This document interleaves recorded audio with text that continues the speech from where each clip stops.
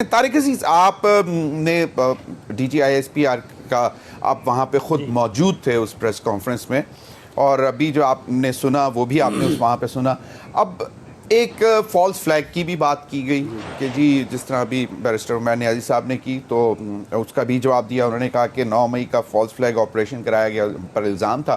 اب military court سے سزائیں دے رہے ہیں تو وہ کہہ رہے ہیں کہ ملٹری کورٹ سے سزائیں کیوں دے رہے ہیں. تو اب کیا انٹرنیشنل پریشر کے حوالے سے بھی کچھ ہوا، اور ان کی باڈی لینگویج کیا کہہ رہی تھی ڈی جی آئی ایس پی؟ ہاں جی بالکل، ان کی باڈی لینگویج جو بڑی واضح تھی کہ پاکستان اپنی کسی بھی خود مختاری کے اوپر سودے بازی سمجھوتا نہیں کرے گا، کوئی مفاہمت نہیں دکھائے گا. ان سے باقاعدہ سوال کیا گیا کہ انٹرنیشنل پریشر آئے، انسانی حقوق کی یہاں پہ خلاف ورزی کی بات ہوتی ہے، بنیادی حقوق جو سلب کیے جا رہے ہیں اس کے اوپر انہوں نے کہا کہ کیا انہوں نے بڑا شرٹ اپ کال دی قسم کی انٹرنیشنل برادری کو، عالمی برادری کو. انہوں نے کہا کہ انڈیا میں جو ابھی سپریم کورٹ کا ایک فیصلہ آیا جس میں آرٹیکل 370 کو مینٹین رکھا گیا ہے، کشمیر کی حیثیت نہیں دی گئی، وہاں پہ لوگوں کے ساتھ کیا سلوک کیا جا رہا ہے، وہاں مساجد، مدارس، گرجا گھر، مندر یہ محفوظ نہیں ہیں.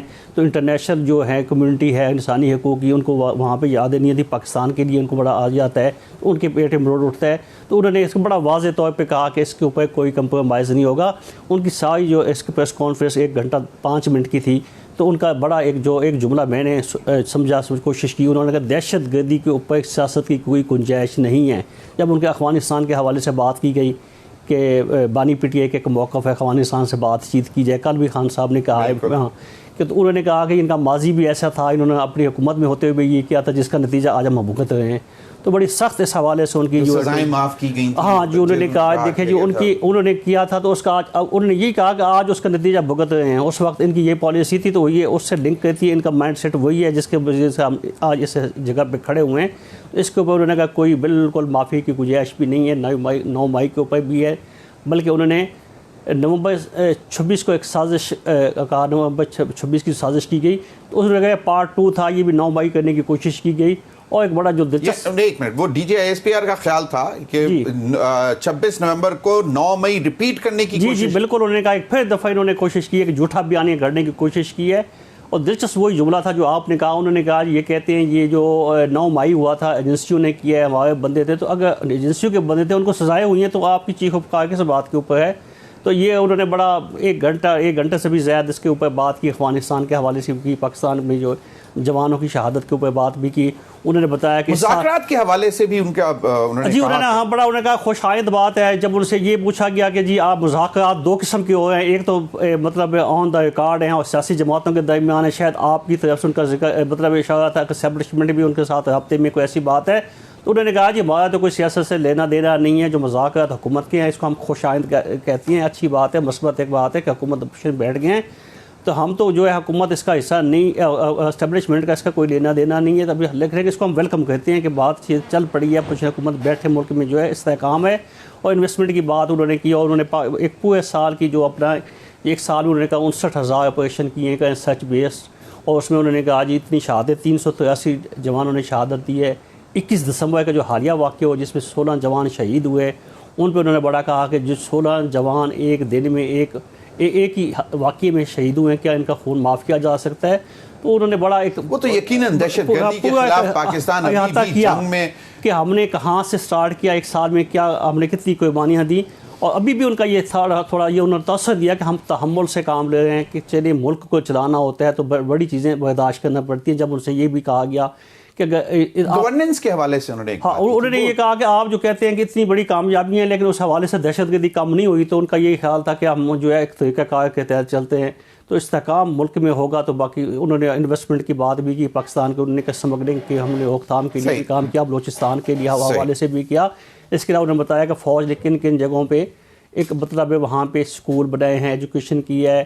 تو یہ ایک پروجیکٹ انہوں نے اپنے گنوایا، کچی کینال کا بھی ذکر کیا. بالکل. طارق عزیز، آپ نے ہی یہ خبر بریک کی اور آپ ہی کے پاس یہ ایکسکلوسیو انفارمیشن تھی پبلک اکاؤنٹس کمیٹی کے چیئرمین شپ کے لیے.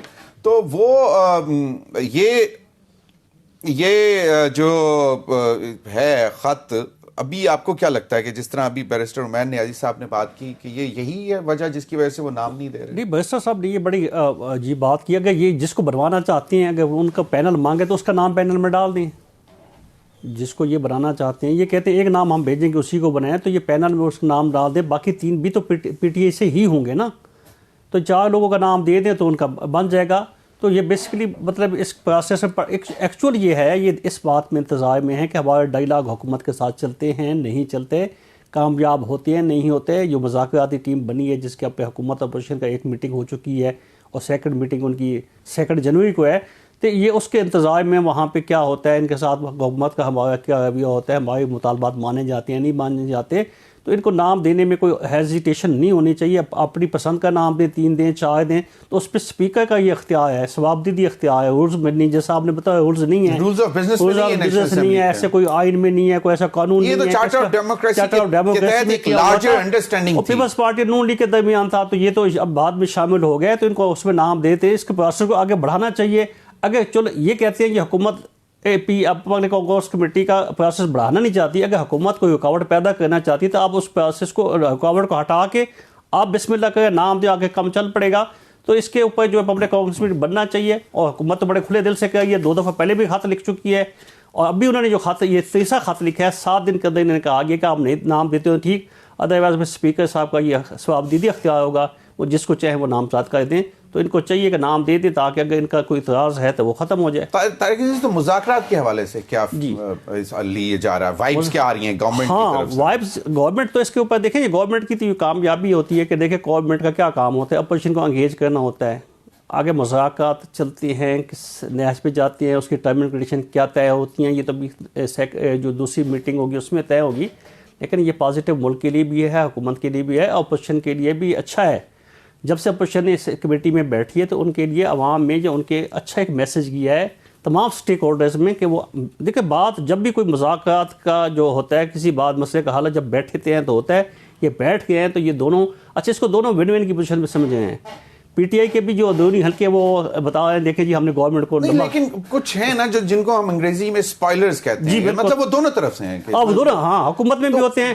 اب حکومت کا پتہ ہے ان کو کیوں نہیں دونوں سائیڈیں چپ کراتی ہیں کہ بھئی ابھی تو ہم بیٹھ گئے نا ٹیبل پہ، ابھی اس خدشات کا اظہار مت کرو، جب بیٹھ گئے ہیں تو پھر ضد نہ کرو، اس سے پہلے پھر آپ نتیجہ نکالنے لگ جائیں یا اپنی، دیکھو وہ دونوں طرف سے ہے. جیسا آپ نے کہا حکومت کی طرف سے بعض اوقات ایسا بیان آ جاتا ہے، بلکہ اس کے اوپر ثناء اللہ صاحب نے بڑا اچھا بیان دیا. انہوں نے میڈیا سے کہا، جب ان سے ہم نے کہا کہ جی آپ ان کے ساتھ بیٹھیں تو یہ تو آپ کو گالیاں دیتے ہیں، کہتے ہیں چور ہیں، ڈاکو ہیں، فلاں ہیں. انہیں کہا اسی بھی انہوں نے یہی زبان استعمال کرتے ہیں، مطلب ان کا تھا کہ ہم اپوزیشن کا یہ کام ہوتا ہے. صحیح ہے. تو انہوں نے مانا اس بات کو کہ ہم بھی یہی ان کے ساتھ کرتے تھے جب یہ حکومت میں، تو اب ان کا کام یہی ہے. لیکن اب بیٹھ گئے ہیں تو بیٹھ گئے ہیں تو اب نہیں ہونا چاہیے، یاد نہیں کروانا چاہیے، ہاں یاد نہیں کرانا چاہیے. لیکن وہ دونوں طرف سے ایسا ہوتا ہے. اب پی ٹی اے کے اندر ہارڈ لائنر ہیں جو لوگ کہتے ہیں کہ بالکل یہ حکومت سے ان سے بات ہونی نہیں چاہیے، بالکل.